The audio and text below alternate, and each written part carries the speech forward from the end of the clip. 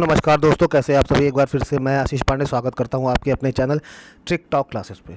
इस YouTube channel को subscribe करें और निःशुल्क क्लासेस हर विषयों की बहुत ही आसान और ट्रिक वाली भाषा में पाएं। अगर आपने सब्सक्राइब कर लिया है तो प्लीज़ शेयर जरूर कर दें, ताकि ऐसे भी लोग सब्सक्राइब कर सकें जो किसी तरीके की कोचिंग करने में समर्थ हैं, तो वो निःशुल्क इस पर हर वो इंपॉर्टेंट टॉपिक पा सकते हैं जो एग्ज़ाम में आता है। एग्ज़ाम के ऑन बिहाफ पे इसमें तैयारी की जाती है। ठीक है, हर कन्फ्यूज़न यहाँ पे दूर होगी क्योंकि यहाँ पे ट्रिक भरपूर मिलेगी। कॉन्टैक्ट नंबर है, अगर कोई समस्या होती है तो इस पर आप कॉन्टैक्ट कर सकते हैं। आज का जो टॉपिक है वो मोस्ट इंपॉर्टेंट टॉपिक है।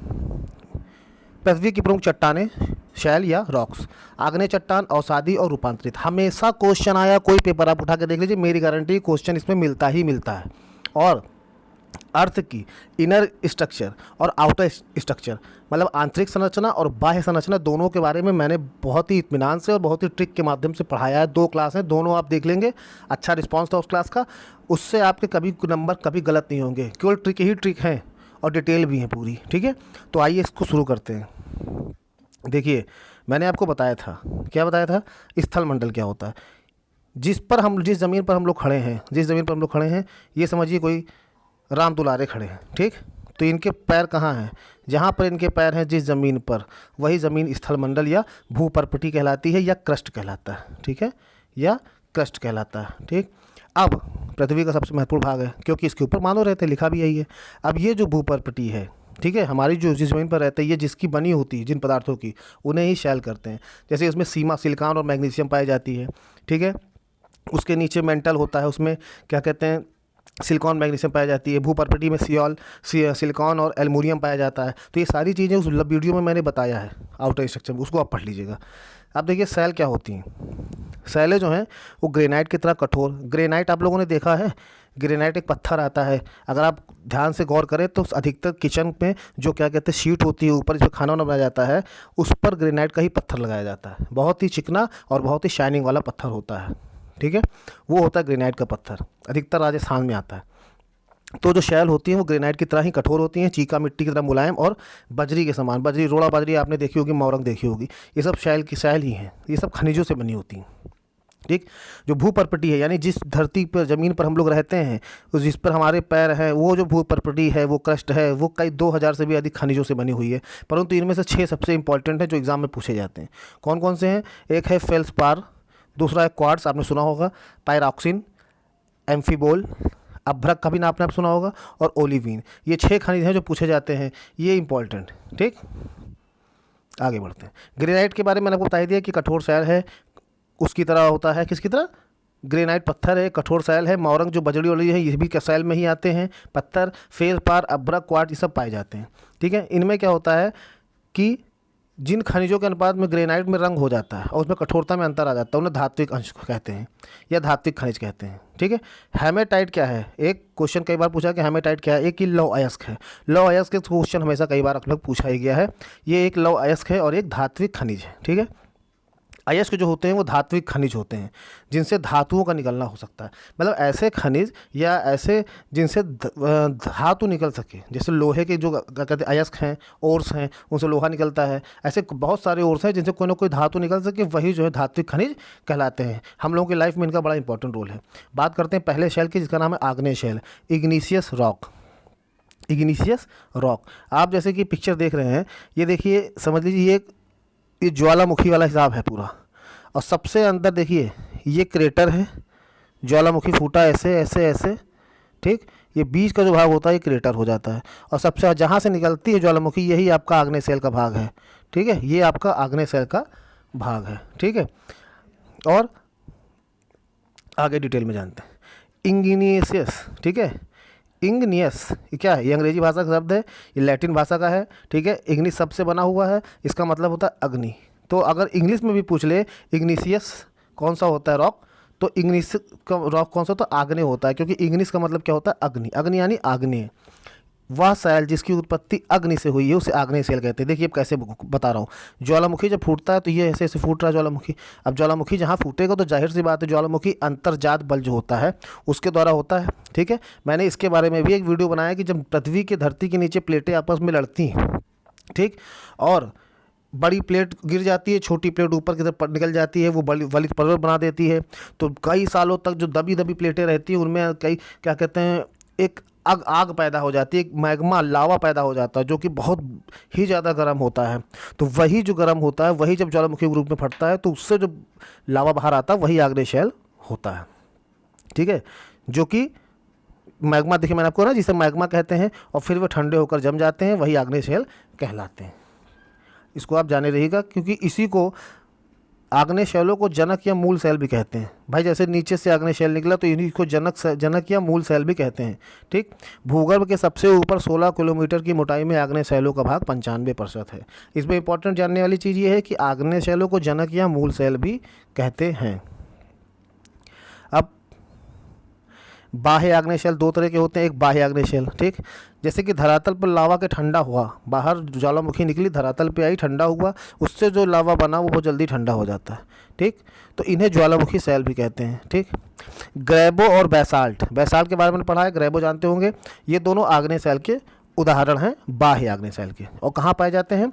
भारत के दक्कन पठार की रेगुर अथवा काली मिट्टी लावा से बनी हुई है, यही बाह्य आग्नेय शैल यहाँ पाए जाते हैं। आंतरिक की बात करें तो जब मैग्मा जो निकलता है ज्वालामुखी का, वो धरातल के नीचे जमने से हो जाता है, धीरे धीरे ठंडा होता है। तो इसमें क्या होता है, जब धीरे धीरे ठंडा होगा तो खूब बड़े बड़े पत्थर बनेंगे, खूब बड़े बड़े, तो यही आंतरिक शैल कहलाते हैं, अधिक गहराई में पाए जाते हैं। ग्रेनाइट और डोलाराइट ये आंतरिक शैलों के उदाहरण हैं। ये कहाँ पाए जाते हैं? दक्कन के पठार और हिमालय क्षेत्र में पाए जाते हैं, ग्रेनाइट और डोलाराइट। बात कर लेते हैं अवसादी शैल, यानी कि सेडिमेंट्री रॉक क्या होता है। इन शैलों की रचना अवसादों के निरंतर जमाव से होती है। ये जो अवसाद होते हैं ये किसी भी पूर्ववर्ती शैल या आग्नेय या रूपांतरित या अवसादी शैलों का मलबा हो सकता है। जैसे कि ज्वालामुखी आई, आग्नेय शैल आए, वहाँ से जो उसका मलबा निकलता है ना, जो यूजलेस कुछ मलबे होते हैं वो उन्हीं को अवसाद बोलते हैं। और वही जब निरंतर जमते हैं तो वही अवसाद शैल हो जाते हैं। इनके क्या होता है, जो जमते हैं तो परत दर परत, जैसे इसके पत्थरों में कई परतें पाई जाती हैं। ठीक है, इसीलिए इनको परतदार शैल भी कहा जाता है। ठीक है, इन शैलों की परतों में जीवाश्म मिलते हैं। जैसे आपने पहाड़ों में देखा होगा या उन पत्थरों को देखा होगा कि आप पत्थरों के बीच में भी छोटे छोटे कीड़े और छोटे छोटे जीवाश्म रहते हैं, तो ये वही परतदार शैल हैं। ठीक है, शैलों से पहले अनेक कण टूटते हैं, इनमें से फिर उनमें टूटे कणों का परिवहन जो है जल, समुद्र, लहरें, हिमानी, पवन, ये सब एक स्थान से दूसरे स्थान पर ले जाते हैं। जब पत्थर टूटते हैं, छोटे छोटे हो जाते हैं, तो क्या उनको उठा करके दूसरे स्थान पर हवा, समुद्र, इन सब में बह करके दूसरी जगह चले जाते हैं। ठीक, और धीरे धीरे जब समुद्र शांत हो जाता है, जब तक लहर रहेगा समुद्र में तब तक वो लेके चला जाएगा कहीं पर भी, लेकिन जब शांत हो जाएगा तो ये सारा एक जगह इकट्ठा हो जाते हैं। और जब इकट्ठा हो जाते हैं तो ढोकर, जब ये मतलब नदी द्वारा ढोकर, समुद्र द्वारा ढोकर लाए गए इन शैलों को किसी एक जगह स्थान पर जमा हो जाने की क्रिया को अवसादन या निक्षेपण कहते हैं। अवसादी शैलों का नाम अवसाद ढोने वाले कारकों और उनके जमाव के कारण ही रखा गया है। जैसे नदी, नदीकृत शैल, झील, सरोवरी शैल, समुद्र, समुद्रकृत शैल, मरुस्थल, पवनकृत शैल, हिमानी, ये सब ना, जैसे नदियों द्वारा इकट्ठा किया हुआ छोटे छोटे पत्थर गए एक जगह इकट्ठा कर दिया, ढेर सारा वहाँ जमा हो गया, तो वही जो है आपका अवसादी शैल हो गया। इसमें जैसे आपको इसके उदाहरण देखने हैं तो बलुआ पत्थर, चूना पत्थर, डोलामाइट, ये अवसादी शैल में आती हैं। ठीक है, परिवहन के कारण मतलब एक स्थान से दूसरे स्थान पर बह करके जाती हैं। ठीक, बात करते हैं तीसरी, रूपांतरित या कायांतरित शैल, मेटामॉर्फिक रॉक। ये जो है अधिकतर पर्वत क्षेत्रों में है ना, हिल स्टेशनों पर अधिकतर पाए जाते हैं। ये सभी क्या होते हैं, ये सभी रूपांतरित हो जाती हैं। ये अवसादी और आग्नेय शैलों पर, जैसे अवसादी शैल है, देखिए अब छोटा सा शॉर्ट फॉर्म सुनिए। आग्नेय शैल, आपका जो आग्नेय शैल है ये ज्वालामुखी से है। ये अवसादी, ये जो क्या कहते हैं, परतदार जो पत्थर होते हैं, जब वो टूट जाते हैं और उनको नदियों द्वारा, हवा से बह करके, मरुस्थल द्वारा जा करके कहीं पे इकट्ठा हो जाते हैं, तो वहाँ पे अवसादी शैल बनते हैं। और आग्नेय शैल आपका बनता है ज्वालामुखी के लावे के ठंडा होने से। ठीक है, इतना क्लियर हो गया। अब इन दोनों शैलों पर जब कभी अत्यधिक टेम्परेचर आता है या बहुत अधिक प्रेशर या दबाव पड़ता है, तब इन दोनों से जाकर के जो शैल बनती है वो रूपांतरित है। रूपांतरित मतलब एक शैल किसी दूसरे में ट्रांसफॉर्मेशन हो जाए, बदल जाए, वही कहलाती है रूपांतरित। तो अवसादी और आग्नेय शैलों का रूपांतरण जो शैल बनता है वही रूपांतरित शैलें होती हैं, और इस प्रक्रिया को रूपांतरण या कायांतरण कहते हैं। ठीक, देख लीजिए, ये इंपॉर्टेंट पॉइंट्स हैं सारे के सारे, देखते जाइए। यहाँ पे शैल का नाम, शैल के प्रकार क्या हैं और बनने वाली रूपांतरित शैल। देखिए, अगर पूछे चूना संगमरमर क्या है, तो संगमरमर जो है वो रूपांतरित शैल है। लेकिन कैसी शैल है? अवसादी शैल। ठीक, ये अवसादी शैल है। किससे बनी है? चूना पत्थर। ठीक, चूना पत्थर जो है शैल का नाम है। ठीक है, और ये अवसादी सेल है, बनने इससे कौन सी रूपांतरित सेल बनेगी, तो संगमरमर बनेगी। डोलोमाइट अवसादी सेल है, इससे भी संगमरमर बनेगी। बलुआ पत्थर अवसादी सेल है, इससे क्वार्ट्जाइट निकलेगा। शेल जो है ये अवसादी सेल है और इससे क्या निकलेगा, स्लेट निकलेगा। ठीक, तो आप देख लीजिए संगमरमर, क्वार्ट्जाइट, स्लेट ये सब रूपांतरित सेल हैं। और चूना पत्थर, डोलोमाइट, बलुआ पत्थर, शेल ये अवसादी सेल हैं। अब पूछे अगर चूना पत्थर, डोलोमाइट, बलुआ पत्थर ये अवसादी सेलों से कौन कौन से पदार्थ बनते हैं, तो चूना पत्थर से संगमरमर, डोलोमाइट से संगमरमर, बलुआ पत्थर से क्वार्ट्जाइट, शेल से स्लेट। अब स्लेट से भी बनता है कुछ, स्लेट भी है, तो स्लेट भी एक सेल है, उससे क्या बनता है, देखिए स्लेट आपका एक रूपांतरित सेल है। ठीक, अब इससे क्या सा बनेगा, इससे बनेगा फाइलिट। कोयला आपका क्या है, अवसादी सेल है, इससे क्या बनेगा आपका, हीरा। तो ये इंपॉर्टेंट है, हीरा एक तरह का रूपांतरित सेल है, इसको आप नोट कर लीजिए, इंपॉर्टेंट क्वेश्चन है। ये ग्रेनाइट आपका क्या है, ये आग्नेय सेल है। ग्रेनाइट मैंने आपको बताया है कि हाँ ग्रेनाइट का पत्थर ज्वालामुखी से होते हैं और उसमें कौन से आग्नेय सेल होते हैं, ज्वालामुखी से निकलते हैं ग्रेनाइट। मैंने आपको बताया, किचन वाला एग्जाम्पल याद रखिएगा। ठीक है, किचन देखिए, किचन में लगा होता है ग्रेनाइट का पत्थर और किचन में होते हैं गैस के बर्नर और गैस के बर्नर से निकलती है ज्वाला और ज्वाला से निकलता है मैग्मा। यही ध्यान लगाइए कि ज्वालामुखी ग्रेनाइट है ना, ग्रेनाइट आग्नेय। तो ग्रेनाइट आपका आग्नेय सेल है, इससे क्या बनता है, नीस, ये भी इंपॉर्टेंट है। फाइलिट देखिए, सिलेट से बना है फाइलिट, तो फाइलिट आपकी रूपांतरित है, इससे क्या बनेगा, सिस्ट बनेगा। तो आपका जो है इंपॉर्टेंट, आप एकदम इसको एक बार फिर से मैं आपको बता दे रहा हूँ। चूना पत्थर, डोलोमाइट, बलुआ पत्थर ये सब हैं अवसादी सेल। ठीक, संगमरमर किससे बन सकता है, चूना पत्थर डोलोमाइट से। क्वार्ट्जाइट और स्लेट किससे बनेगा, तो क्वार्ट्जाइट बनेगा, ये इंपॉर्टेंट है, बलुआ पत्थर से। स्लेट, सेल से बना स्लेट। ठीक, अब स्लेट से क्या बना, फाइलिट, तो सेल भी रूपांतरित और फाइलिट भी रूपांतरित, ये इंपॉर्टेंट है आपका। कोयला क्या है, अवसादी सेल है, क्या बनाता है, हीरा, रूपांतरित सेल।